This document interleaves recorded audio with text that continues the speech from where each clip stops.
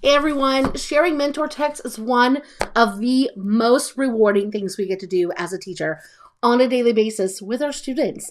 You love reading them, our students love hearing them, especially around holidays. So I have found 5 of my absolute favorite mentor texts that are perfect for sharing around Mother's Day.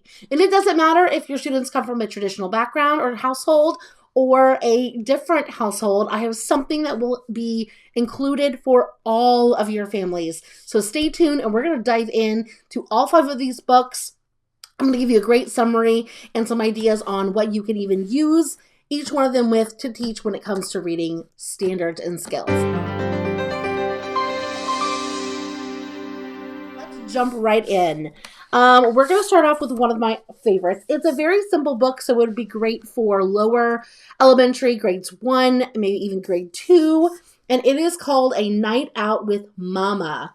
This book is unique as it is actually written by a kid or a child actress. And there's some information about her and even a picture about her on the back.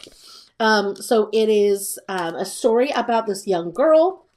And clearly it's something taken from her life. But in the story, the young girl wakes up and she immediately puts on these blue sparkly shoes. She's really excited for the day.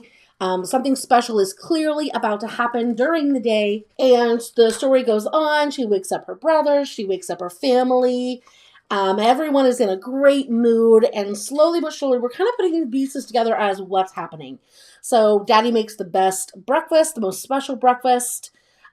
Here you can do some great visualization with your students as they describe the breakfast because it's very specific. They eat pancakes with banana eyes, strawberry noses, and turkey bacon smiles. That would be a great little picture for them to draw out while visualizing. Here we get a little bit more information about what's going on. So the mama is calling the party that they're going to tonight an awards show. So we finally found out that they're going to an awards show. Somebody has to come and do their hair. Then they get to put on the sparkly dress. And so bit by bit and piece by piece, this mom and her daughter get to spend this amazing event together. So as the day goes on, they finally get into the limo, which she says is the fanciest car she's ever seen. And they get to the award ceremony where she sees or hears the roars of fans and flashing of lights. We are here. And then she gets out and falls. So we can definitely make some inferences here about how she's feeling when this happens. But she gets up. She thinks of the things that she loves that make her smile. And then she is better. So she gets to walk in. She has a great time with her mom. And unfortunately, she does not win the award. But she had a blast because they had such a fun day together. Just mama and her. They have ice cream sundaes on the way home. And they get home and it's time for bed. So it's a not normal day, but a normal day for this little girl. And again, there's a lot of really vivid vocabulary in here, perfect for visualization. There's a lot of great instances for making inferences as well throughout the book. So if you are working with lower elementary grades, I definitely recommend this book to read about for Mother's Day. And then they can even turn this into a writing piece where they get to describe, a day out or a night out with a girl or a woman of their choice. So they could be their mom, their grandmother, their aunt, their sister, a friend, a neighbor, and they can, really focus on those descriptive details about how they felt, what happened event by event. So you can do a lot of fun things with this, but again, a great read for the time around Mother's Day. All right, so the next one, we are going to move into the memory string. As you can see here, this book is well loved, and I have it flagged for all kinds of things. This book is great because the mother figure in this book is actually a stepmother. So as we know, a lot of our families, kids have moms and stepmoms, or maybe they just have a stepmom. Mom might be out of the picture for whatever reason. So this is a good book to show that, there's great literature and we can make great connections to characters who are the same types of families as we have. So in this story, this little girl, she has this string full of buttons and beads, and it's very special to her for a very unique reason. So the story goes on. It's in the summertime. You can see the character is clearly a little not so happy here, but she has this little red box. You can see here down in the bottom, there's a man and an older woman, and they are painting, and they are quite happy. The story goes on, and you figure out why this string of beads is very important. Each bead, it was given to her by her mother, or found or given to someone, or given to her mother, and then she made this necklace, or there's this string of beads for her. And so it's a way for her to remember her mother. So each bead has a very, very specific meaning. So she has this out, and through the story we put together that this is her actual dad, and that they are moving into this new house with her new stepmom. And you figure out that she's not quite taken yet, hasn't really connected yet with her stepmom.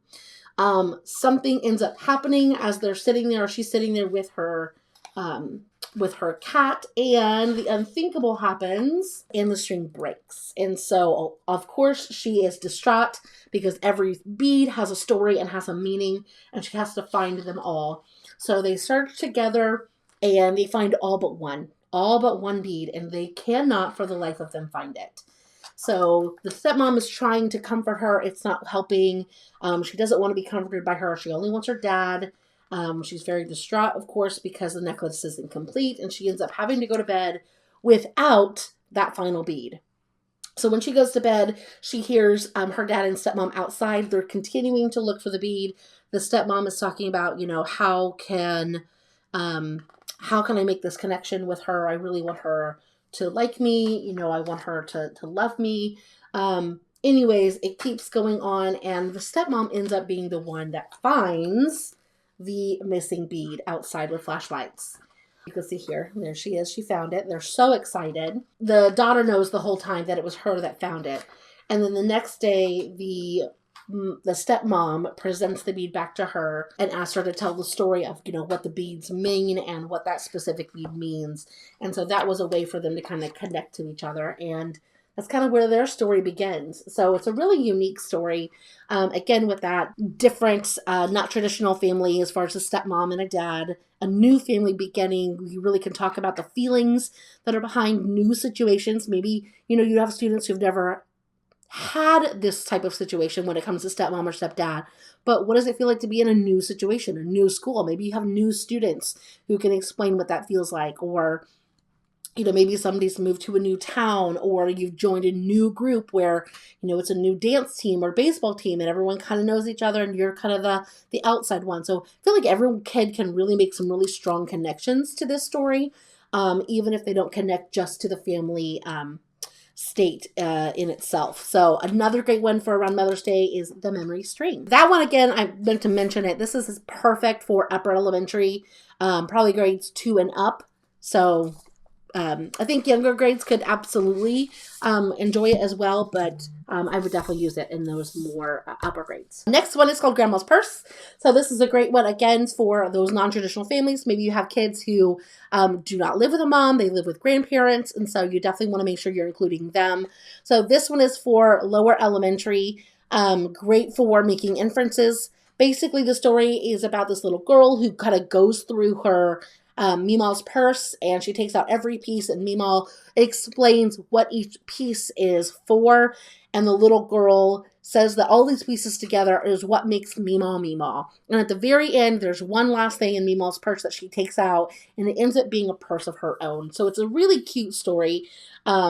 It just kind of goes into detail about like kind of each piece. So the glasses, the scarf, the earrings, the lipstick, the necklace, the ear, like those kind of pieces that some women have in their purses. And so you can go through and kind of make inferences about grandma, like why would she have this? Why would it be in her purse? Why does the little girl like it? What kind of relationship does the little girl and the 𝗦Mě have together?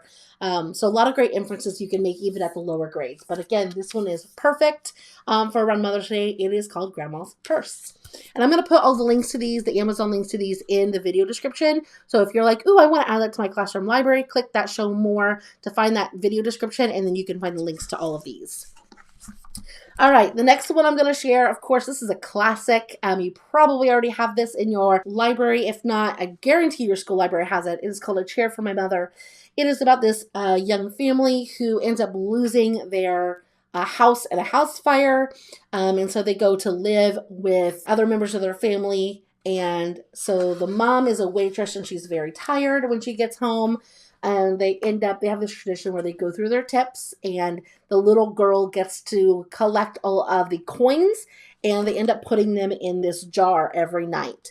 Grandma sometimes has coins left over when she goes to the market, so she also gives the coins to the little girl. And the little girl has a plan to buy a chair for her mother, a place for her mom to exist in this house that is not theirs, a place for her mom to relax and to watch the news. And so most of the story is kind of some backstory. It talks about, what they were doing on the day of the fire, talks about the fire, that kind of thing. And then it goes into, what they moved and the new neighborhood that they are in. And then finally, after a long period of time, of course, the jar gets filled and they get to go to the bank and calculate how much they have. And then they get to go shopping. And this is one of my favorite parts in the book. They make a text-to-text connection in the book. The grandma actually says that she feels like Goldilocks in the Three Bears when she's trying on all the chairs. So that's a really cool text-to-text connection that a character makes in the story itself. And then, of course, they find the perfect chair. They bring it home, and Mom has a chair of her own in this new house where they live with family. And it's just a very heartwarming story. Again, kind of about a different family dynamic. I do not believe a dad is mentioned in the story. So, you've got a mom and a grandma, an aunt and uncle are also in here. And then you've got this heartwarming daughter, little girl who wants to give back and, give her mom something special. So definitely make sure you grab this one if you don't have it already. A Chair for My Mother. Absolutely perfect story. I think that would be great a read for any grade level, to be honest. This one is one of my favorites. It is called In Our Mother's House. This is a great one, again, for Mother's Day because it does, again, go beyond the traditional family dynamic. I will say this, it does involve a homosexual couple. As you can see here on the cover, they are two mothers and they do adopt 3 different kids. Now, in the story, they do get some strife from their family dynamic, but they show their kids how, to work through it and how, they feel loved and they are loved. So I do want to say if you, work in a school, I know Christian schools sometimes do not allow books like these, but I don't want you to go and buy the story, obviously, and then be surprised by this. But I do think it is important that all of our students feel seen, whether we believe or not in situations like this. I do feel it is important for all students to be seen and heard. In this story, it is an extremely descriptive story. And the one thing I love about it is it starts out by going through how each child was brought into the family, of course, through adoption. So they talk about, the first child, and these parents, the 2 moms make up these wild stories about how they found the child, and it's super cute. And so the first few pages are about that. So you can see child number 2 and child number 3. Then it kind of goes into, the family as a whole and how loving they are, how happy they are. And then the story goes from room to room. And this is what I really like about it. It talks about, how much they love the kitchen and what they do in there. And then how much they love, the basement and what they do in there. And it just talks about this family that they have built together and how much love and passion that there is for each other, and they love spending time together. So here it says their most favorite place to be for us kids was the sunroom above the carport.